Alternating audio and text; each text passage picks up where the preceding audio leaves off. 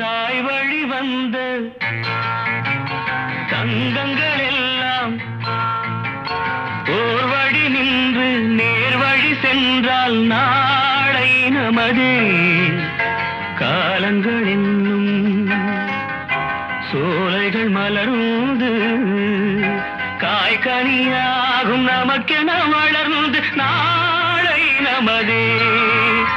நாளை நமதே, நாளை நமதே.